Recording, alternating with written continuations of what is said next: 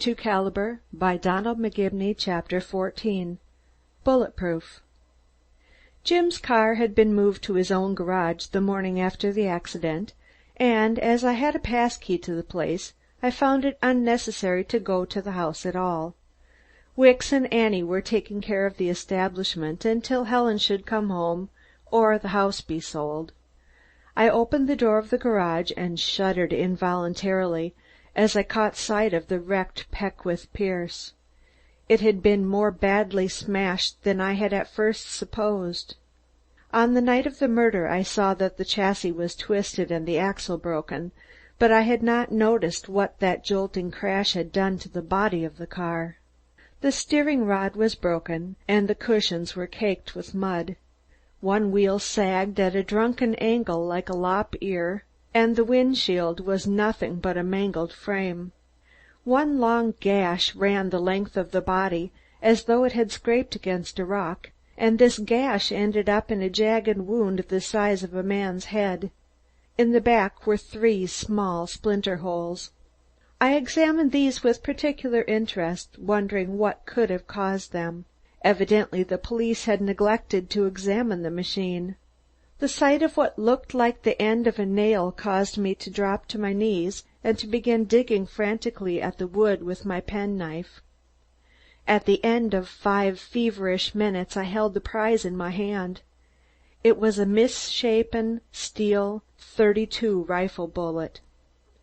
In the floor of the car, near where Jim's feet must have been, I found 2 more splintered holes, apparently made by the same rifle from which the shots had been fired into the back of the car.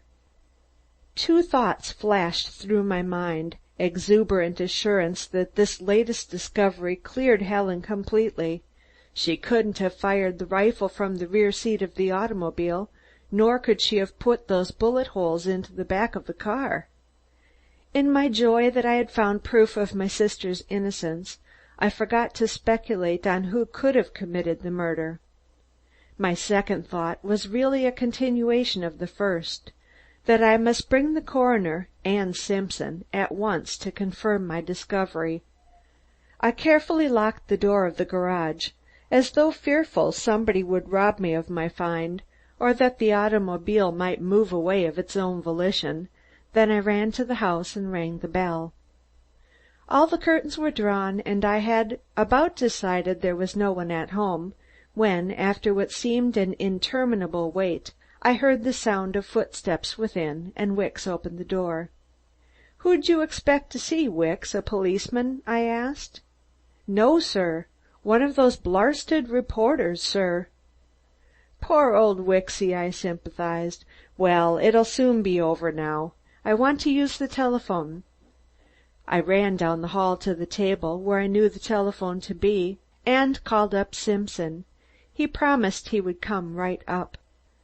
The coroner demurred for a moment, pleading important business, but when he heard I had proof that would clear Mrs. Felderson, he too promised to be with me in a few minutes. Wicks, who had been listening, was so excited that he momentarily forgot himself and clutched me by the arm as I put down the receiver. "Is it true, sir, that you can prove Mrs. Felderson had nothing to do with it?" he gasped. "Truest thing you know, Wicks."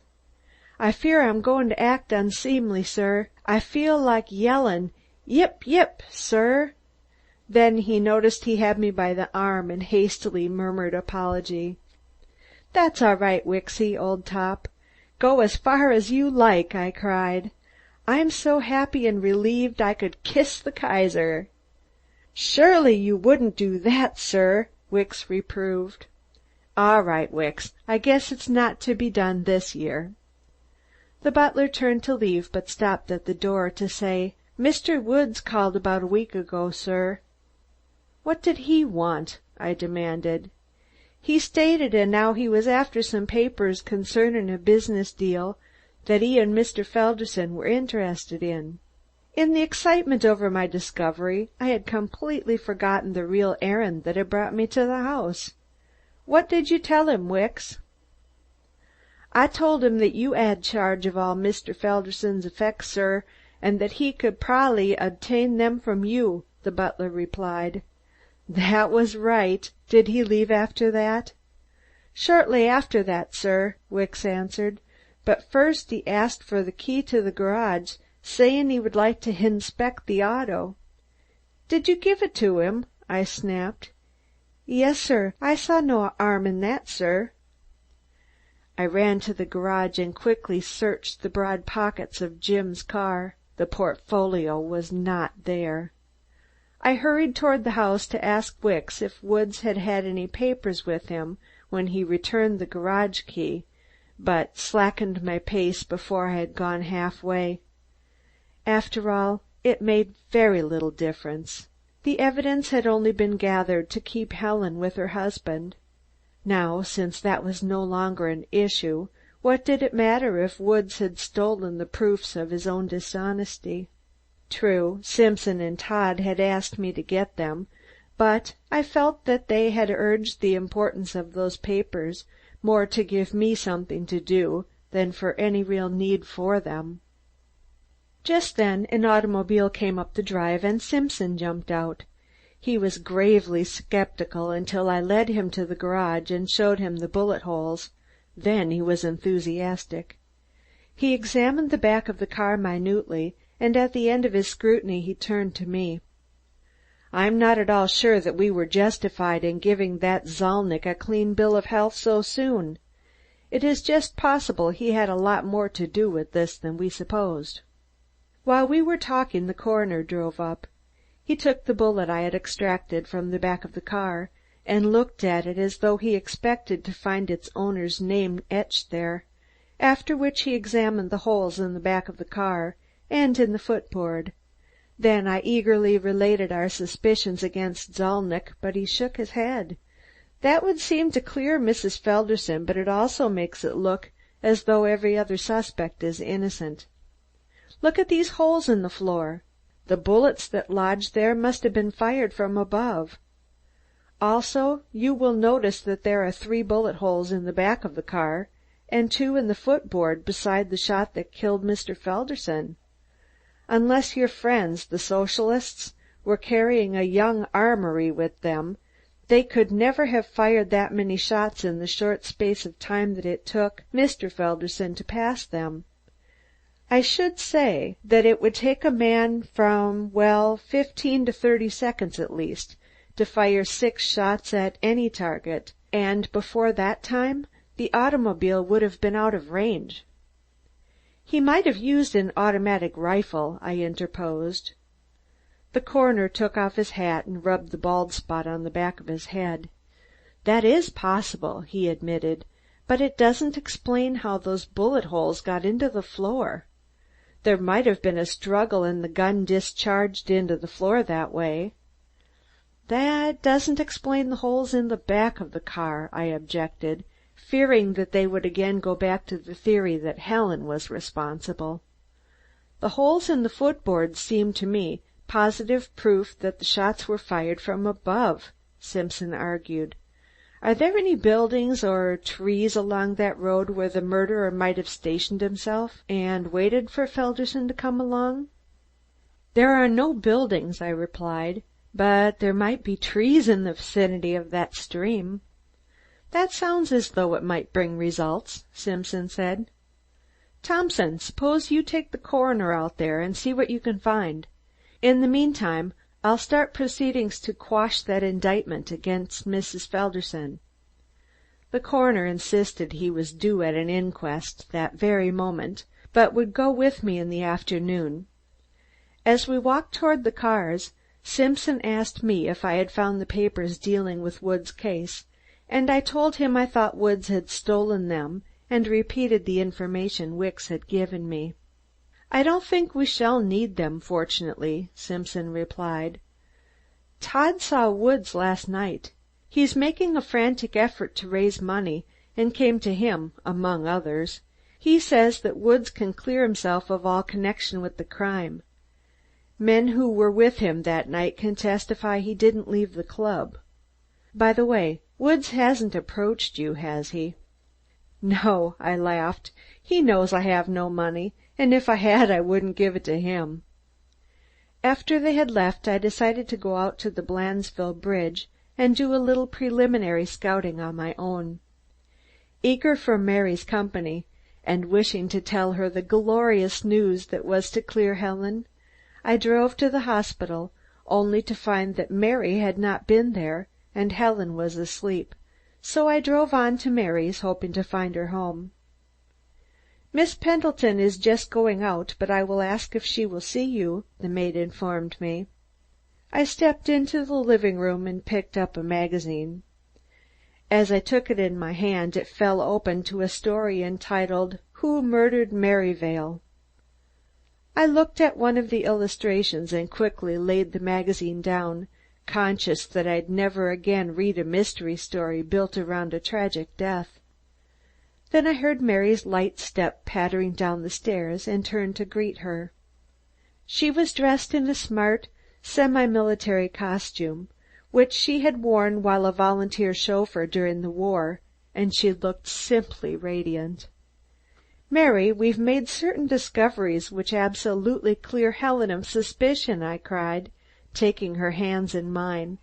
I told her of my find of the morning, and watched her eyes widen with joy and surprise. "So while we haven't found out yet who murdered Jim, we know that Helen had no part in it." Mary was thinking hard about something, but she recalled herself quickly and said, "Oh, it's simply wonderful, Bupps, simply wonderful. I'm going out to the Blandesville Bridge to do a little sleuthing on my own hook. Can you come with me?" "I'm sorry, but I can't, Warren. I have another engagement," she answered. "Some other man?" I asked, disappointed and a bit jealous. "Yes." "Is it that young Davis?" She shook her head. "It's someone you don't like very well." "That's natural," I replied. "I don't love any of my rivals. Who is it?" "Promise you won't say anything if I tell you who it is?" "Of course I won't say anything," I said a little haughtily. "You have a perfect right to go with anyone you care to." "It's Frank Woods." "Mary," I gasped, "do you mean to say you've been seen with that man? After what he did to Jim?" "Now, Bupps, you promised not to say anything." "I know, but this is different. Do you think I'll stand quietly by and see that man make a fool of you as he did of Helen? Do you think I'll let that rake make love to you?" "He's not going to make love to me," Mary answered with some asperity. "That's what you think. That's what Helen thought and Jim thought. That's what all of them think when he starts. Do you know what he wants to do? He asked you to go out with him so he could try to borrow money off you, to save his rotten hide." "But, Bupps, he didn't ask me to go riding with him. I asked him to take me." "You asked him to take you?" I cried. "Don't talk so loud, Bupps. People on the street will hear you." If there was anything she could have said that would have made me angrier than I already was, it was that. "I'm not talking loud," I shouted. "And what if I do?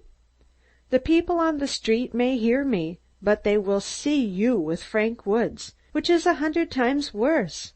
Why, it is as much as a girl's reputation is worth to be seen alone with him." "I'll take care of my reputation," she replied coldly. "You think you will," I said, flinging myself into a chair. "Warren, do you know that's insulting?" Mary exclaimed angrily.